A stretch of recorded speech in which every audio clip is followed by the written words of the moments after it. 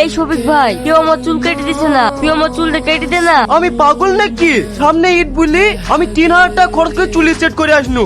লে ভাই, তোকে এক প্যাকেট বিড়ি দেবো। সামনে যে ঈদ, ভালো ভালো সেলুনে গিয়ে চুল কাটবো, দুটো সিগারেট খাবো, সে ক্ষমতা তোর নাই। ভালো ছেলে না চুল কাটে কি হবে বল? ধীরে ধীরে স্টাইলিশ করে চুল কাটলে না, তোর পিছনে হাজার হাজার মেয়ে ঘুরবে। তুই সত্যি বলছি ভাই?